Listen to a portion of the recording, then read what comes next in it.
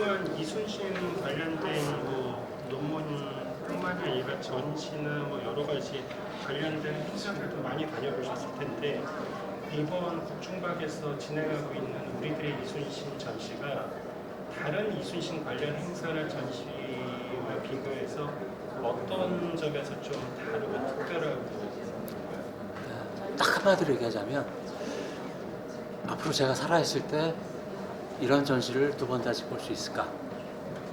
왜냐면 저도 이제 뭐 나이를 조금 먹긴 먹었는데 객관적으로 생각을 해보자면은 이렇게 많은 그 유물들 그리고 이렇게 문제제기가 아주 깊었던 전시가 있었나 라고 생각을 해본다면 그리고 또 한편으로 보면 이 유물들이 전 세계에 흩어져 있고 또 소장자들도 다양한 상태에서 과연 이런 방식으로 이런 규모의 전시가 두 번 다시 있을까?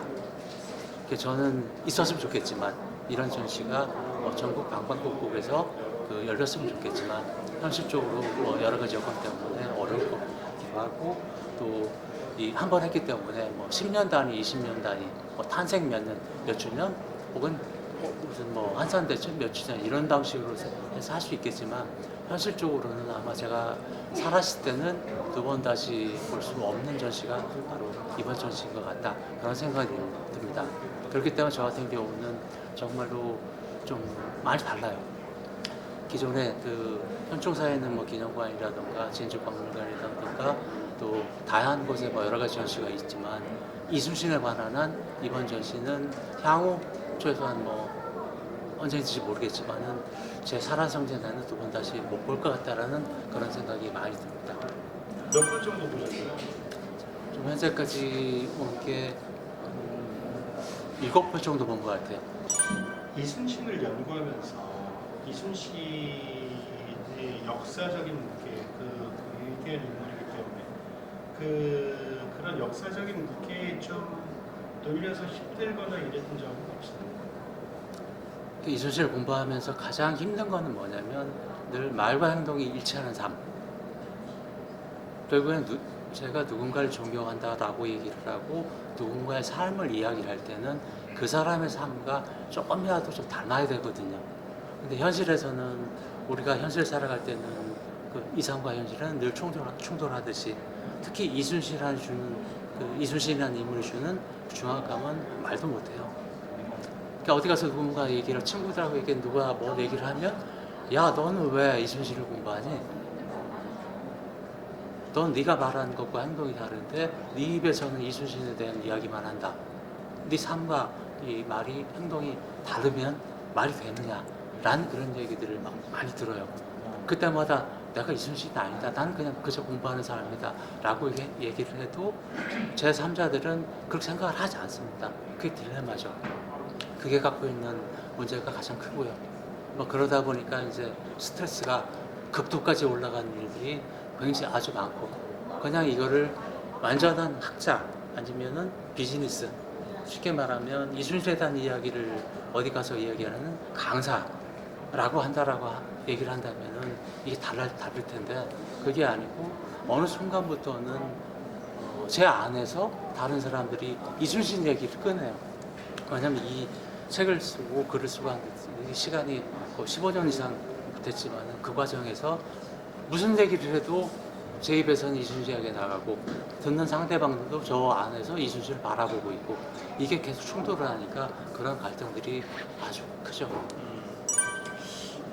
이순신도 아까도 얘기했지만 다양한 면모가 있을 텐데 연구자로서 일반인에게 좀 잘 알려지지 않았던 이순신의 면모가 있다든지 그렇다면 그런 게 어떤 건지 좀 얘기 좀 해주십시오. 이번 전시에 보면 난주일기가 7년 동안 일기가 지금 현재 7건이 전시가 되어 있는데 여기에서는 지금 전시 펼쳐진 페이지는 명랑해전 때 일기가 펼쳐져 있지만 제가 난주일기를 읽을 때는 아주 다양한 모습 중에 이런 표현이 등장을 해요.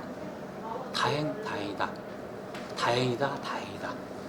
우리가 글을 쓸 때 똑같은 말을 쓸 때 땡땡 치죠. 난주일기도 원문에 보면 땡땡 치는 경우들이 존재합니다. 그 대표적인 사례들 중에 하나가 뭐냐면 어머니가 평안하시다라는 소식을 들어요. 그때 쓴 얘기에 보면 다행, 우리 다행이다라고 얘기하죠. 다행. 한 번만 쓴 게 아니라 땡땡땡땡 쳐요.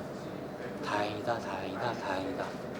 또 일본어리 침략자가 엄청난 만행을 부리거나 문제가 일으켰을 때 그때는 분노가 치밀어서 쓰는 표현들이 존재합니다.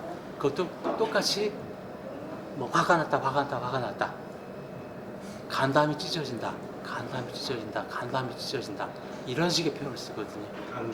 강조를 쓰는데 예를 들면 아까 우리 서 선생님이 아까 그 말씀하신 부분에 이순신 장군 아들이 전사했을 때 쓴 그때 일기 거기 보면은 맨 마지막에 뭐가 어떻게 등장하냐면 아까 하룻밤 1년 같다라고 그랬죠.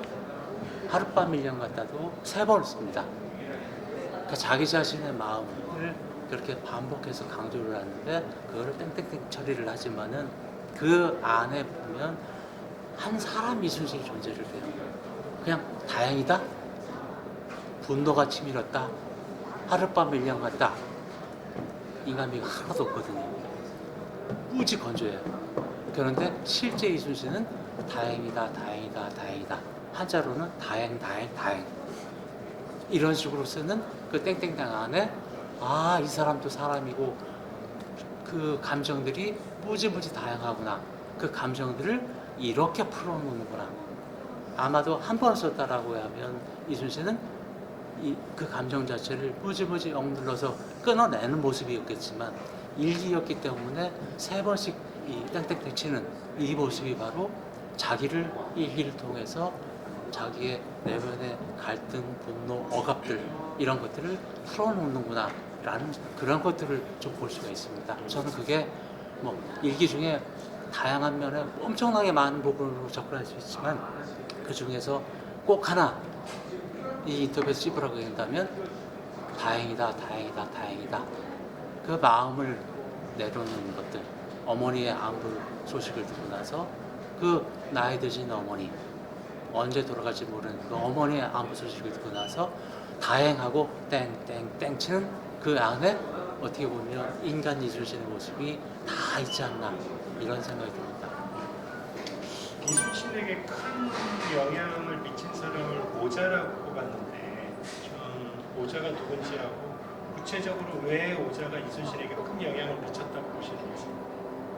그러니까 조선시대에는 이제 문과 시험을 보게 되면 특히 무인들 문과 같은 경우는 뭐 사사삼경이라든가 이런 것들을 보지만 문과 같은 경우는 무경칠서라고 그래요. 손자병법, 오자병법, 위례오자, 이위공문대, 육도삼약 이런 책들을 쭉 공부하게 됐는데 특이하게도 손자병법 같은 경우는 이순신하고 비교를 이순신의 그 기록에도 보면 일기에도 보면 손자병법 문장이 존재를 하지만 실제로 손자의 삶, 그러니까 손자의 삶이 들어있는 게 그 삼화천의 사기열전이거든요. 사기열전에 들어있는 손자의 삶과 이순신의 삶을 비교해보면 잘 매칭이 안 돼요. 그 반면에 오자병법에 그 오자도 삼화천의 사기열전에 오자가 등장을 하거든요. 근데 그 오자의 삶과 이순신의 삶에 비교를 해보면 뭔가 접히는 접점이 존재를 합니다. 오자 같은 경우도 유학을 공부를 했거든요. 유학을 공부를 하다가 출세를 하기 위해서 본인의 길을 갔던 사람이기도 하지만은 이순신 역시도 유학을 공부했던 사람이고, 자, 유학을 공부했던 오자와 유학을 공부했던 이순신의 그 접점, 그리고 오자의 그 용병술이라고 할까요? 그 부분과 이순신의 용병술이 거의 겹쳐요. 오자 용병술의 핵심 지점은 뭐냐면 부자지병이거든요. 아버지 아들과 같은 지휘관과 군사 관계. 그래서 오자가 부하 군사의 종기에 고름을 빨죠. 그리고 나서 이 부하가 전쟁터에 죽습니다. 그랬더니 또 어떤 사람의 아들이 군대를 갔는데 그 얘기를 해요. 엄마, 우리 장군님이 내 고름을 빨아줬어. 그랬더니 그 군사의 어머니가 통곡을 합니다. 이유는 뭐냐면은 네 아버지가 그래서 죽었다. 너도 이제 전쟁터에 가면 오자라는 장수 밑에서 또 싸우게 된다면 너 역시도 죽겠구나라고 해서 통곡을 하는 그런 얘기가 있거든요. 마찬가지로 이순신의 많은 기록 중에 아까 전시에서 에필로그 본에 나왔던 그 군사들이 이 명단 나오죠. 어디 노비 뭐 이렇게 쭉 다 나오는데 바로 그게 뭐냐면 오자병법에 나와 있는 오자의 모습. 오자가 부하 군사의 종기 속에 종기에 고름을 빨아주는 그 모습과 같다라고 봐야 되거든요. 끊임없이 누군가의 헌신을 하고 누군가의 사랑을 주고 또 그 사랑이 승리로 선순환시켜간 그 모습이 바로 오자와 되게 삶이 유사한데 물론 극단적으로 다른 면도 존재합니다. 그런데 이제 이 또 손자와 오자의 차이는 손자는 이론서예요. 개론서. 그리고 실전에 별 도움이 안 돼요. 무지무지 상상을 해야 돼요. 반면에 오자분법은 실전에서 있었던 일을 기록한 거기 때문에 심플해요. 적용이 가능해요. 근데 그 지점이 명랑해전 전날 읽기에 나와 있던 일부 단경 족구천부 그러니까 필사직생 필생직사 바로 그 문장이 오자분법에 나오는 글들을 변형을 한 거거든요. 왜 하필 명랑해전 직전에 이순신은 명랑을 찾아갔으며 명랑에서 그 좁은 목에서 이 소수의 군대를 싸움을 하려고 했을까? 바로 그 내용이 오자분법에 나오는 문장이거든요. 이순신이 머릿속에 오자분법을 통째로 외우고 있어서 그 문장을 자기가 싸워야 될 곳, 승리할 수 있는 곳들을 오자분법에 있는 문장을 통해서 찾아가서 승리를 하겠거든요. 손자분법에 나와 있는 지피지기 백전백승 그거하고 달라요.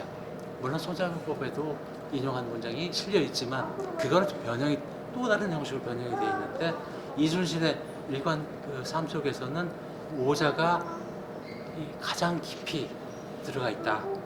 오자의 말, 오자의 행동들을 이순신은 끊임없이 반추했고 현장을 가거나 전투를 하거나 지휘를 할 때는 끊임없이 오자의 반복, 오자의 고민을 담아냈던 것 같더라. 그게 대표적으로 명랑해전의 그 일기 속의 이야기가 바로 그를 증명하는 게 아닐까. 그래서 오자에게 직접 인용한 거죠. 네. 그 단어 하나 바꿔서. 네. 그래서 오자의 영향을 많이 받았구나. 다만 삶은 과정은 비슷하되 고민은 비슷하되 오자의 삶과 이순신의 말년 뜻은 100% 다릅니다. 그거는 아마도 이순신의 오자의 삶을 보고 나서 이순신이 반대했던 거부했던 삶 중에 하나였던 것 같아요.